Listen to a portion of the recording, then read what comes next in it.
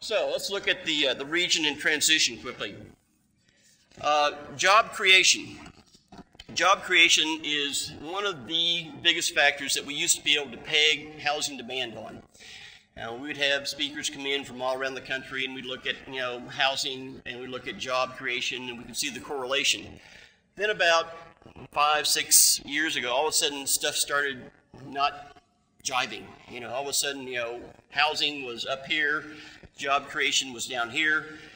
We tried to figure out what was going on, and it was kind of a fuzzy period, to be truthful. I think it was driven more or less by really exceedingly low interest rates and some of the exceedingly ingenuitive mortgage instruments that were out there. And all of a sudden, I think we're now back to the reality of the world, which is, we are dependent upon job creation as to what housing demand is now. And unfortunately, housing demand is down now, as we all know somewhat from past periods, and the job growth is down. I mean, we used to create 25,000, 30,000 jobs a year. We're down to 14,000 now. We're not projected to reach that 20,000 figure for another year or so. So I think, the economy and housing is something that we're going to have to look at. I mean, obviously you can see here from our permit study that we have had a decline over the last couple of years, which has probably been advantageous just so that we can transition into the next phase of the market. But when we talk about jobs, and we talk about jobs and transportation in the Kansas City area and housing issues, I mean, 14% of the jobs are located within 3 miles of the Kansas City Central Business District. 43% of jobs are located within 10 miles.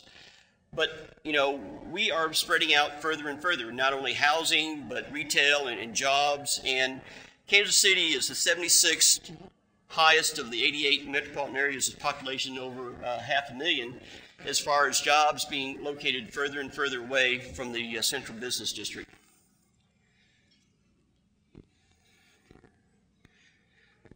So, all of a sudden transportation becomes a very important issue for us, not only for economic development, but for housing issues also.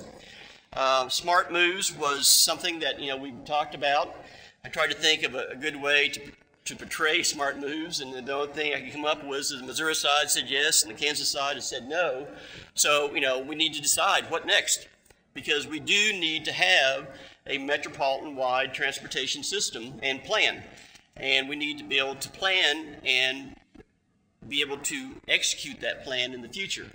But right now, I think we're searching for a way to find that what's next. So, when I look back through all this, I mean, really, I don't know that we really have the type of consensus that we all think we need to move forward. I think that we have a lot of good information out there. But, when I look at it, I mean, I think there are some questions as to, do we really need more housing choices everywhere? I mean, I don't know that we have, that decided. I think there's a question as, are there benefits to higher density development? I think, some localities are looking at that and have decided yes.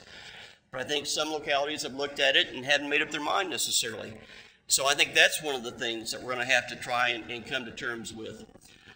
I think that, when you look at some of the things that we're looking at, do we have an underdeveloped capacity for innovation and entrepreneurship here in the metropolitan area? And that ties to some of the studies that have been done. And then finally, are we doing enough to break down the racial and ethnic divisions in housing and education and employment and all sorts of issues here in the metropolitan area? I mean, I think these are issues that we need to come to some type of consensus so that we can move forward as a metropolitan area. When you look at, developing that regional vision, there are some really good studies out there. And I would encourage all of you to begin to look at these if you hadn't had a chance. First of all, Mark's Metro Outlook, an excellent document. It's got some online surveys now that begin to tell us what people in our metropolitan area are thinking. And quite frankly, there's some very revealing things in there if you hadn't had a chance to look at that. The other thing is a study that was done, Organizing for Success, a call to action for the Kansas City region that was done by the Brookings Institute in conjunction with some of the Metro Outlook studies. I mean, I think we need to begin as a group to begin to look at these studies and have kind of a universe of information that we can all kind of look at and agree upon to move forward. And I think that that's one of the big challenges that we have moving forward. I think we need to develop a regional vision. And I know that we're beginning to look at that. I know that Mark is taking the lead in that. But I think we need, a vision, a regional vision for housing and infrastructure, for transportation and economic development. I mean, I think these are all very important things that will tie into and make, the housing industry have a better understanding of where we're going. When you look at the housing industry and you look at some type of vision, and we've kind of put together what we think are some of the issues. First of all, housing must be connected to all the aspects of the social community to be successful. We've got to talk about where the jobs are. We've got to talk about transportation. We need to talk about lifestyles that people want. We need to be able to tie all that together and have a vision as to where we're going in that. We also need to provide the right mix of housing choices. I mean, it's different for every community, but yet there are some basic understandings that we can come to, I think, some conclusions on. Communities that mix income break the stigma and barriers of affordable housing. I don't think it makes any sense to put all of the, really affordable housing all in one spot. I think we need to find opportunities. And if you look at the Metro Outlook study and you look at the study that was done by Brookings, it calls for doing some type of analysis of where the affordable housing is now and where the needs are, and finding ways to address those issues. And one of the issues is how can we find ways to do not only different types of housing choices, but mixed income neighborhoods. And I think that's something that's going to be a challenge for us, but I think it's something that we need to look at.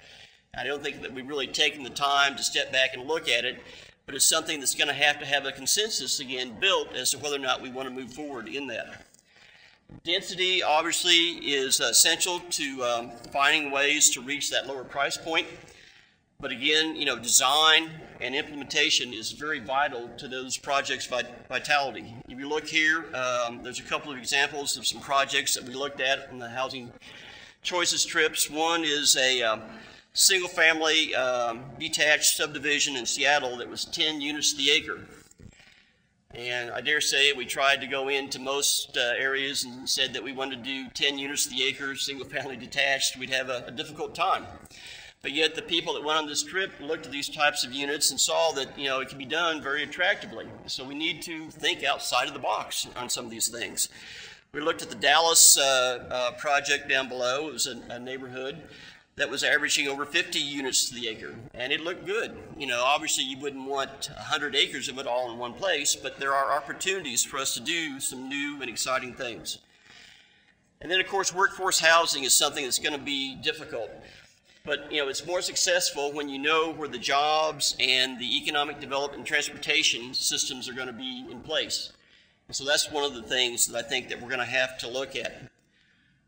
Overall, what we've seen from our trips around the country is that municipalities must encourage and promote and recruit the development that they want to occur within their cities. It's got to be a partnership between the cities and the development community to come together and to find ways to build what the community wants. And sometimes the cities have to take the lead on that. But still, though, it's a partnership, and it's one that we've got to all encourage that it happen. So overall, looking to the future, we've got to decide, how can we promote this? Well, the Housing Choices Coalition obviously can be a resource. We can provide information and research and communication and consensus building. But it seems to me that if we're going to find a way to have a consensus of this metropolitan area and develop that vision, then we're going to have to bring all of the major players and all the major groups in this metropolitan area together and share our information and begin to have that shared vision. So we encourage all of you to go forward. We think housing is a very exciting time in the Kansas City metropolitan area, but it's one that I think we're at a critical crossroads. And as we said, it's just not housing. It's housing and transportation and economic development. And we've got to tie all that together so that we have a bright future for our metropolitan area. And we know that we can have one. Thank you very much.